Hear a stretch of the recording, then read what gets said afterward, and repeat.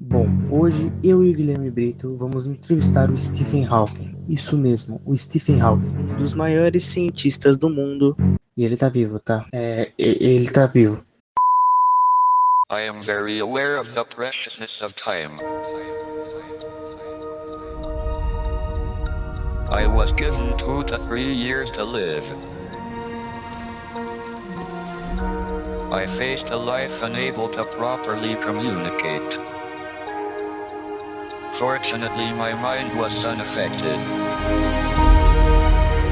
While all around me people have buzzed away, deep in conversation, I have often been transported afar. Opa, bom dia, Stephen Hawking. Meu nome é Rafael Henrique e eu estou fazendo basicamente um documentário para minha escola referente à sua vida, sua obra, um pouquinho sobre você junto com meu colega Guilherme Brito.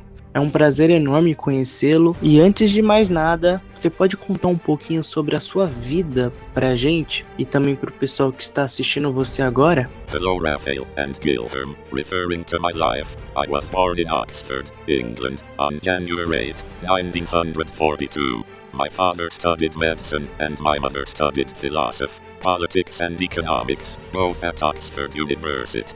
At the age of 6, I was already building toy trains. As a precocious child, my classmates at school nicknamed him Einstein. I always hated math because I found it too easy. My passion was physics and astronomy. At the age of 17, I won a scholarship to study physics at Oxford University. My classmates were 2 years older than me. Completing the physics course, I was accepted into the Masters at Cambridge University. Bom, além disso, você poderia falar um pouquinho sobre a doença? At the age of 21, after a fall from skates, I was taken to the doctor, where I was diagnosed with amyotrophic lateral sclerosis, ALS, degenerative disease that would progressively paralyze my muscles, and according to the doctor, would lead to my death within 3 years. Despite the devastating diagnosis, in 1965 I married Jane Wilde, a friend and sister of mine. At the wedding party I was already leaning on a cane. In 1970, I stopped walking and started using a wheelchair.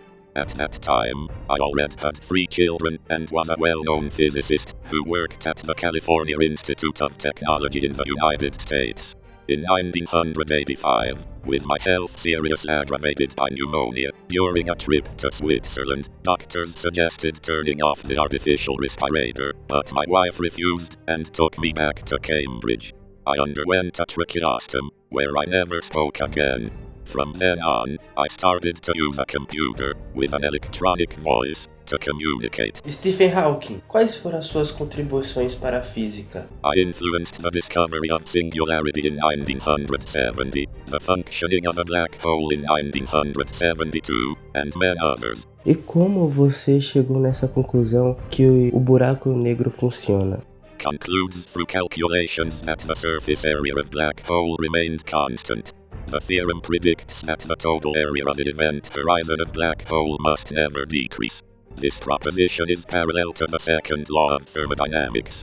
It indicates that entropy must also never decrease. Also discovered Hawking radiation. E o que seria essa radiação? This radiation is a mechanism that occurs inside a black hole, which involves a reaction between matter and antimatter. Antimatter also has mass and density, but it has a negative electrical charge. The process that occurs with the entry of this antimatter emits radiation.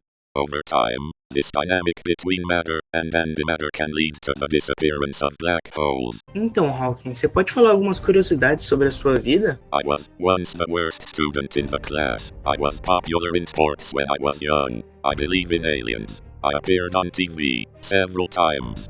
Your theory of a donut-shaped universe is intriguing, Homer. I may have to steal it. Wow, I can't believe someone I never heard of is hanging out with a guy like me. All right, it's closing time. Who's paying the tab? I am. I didn't say that. Yes, I did.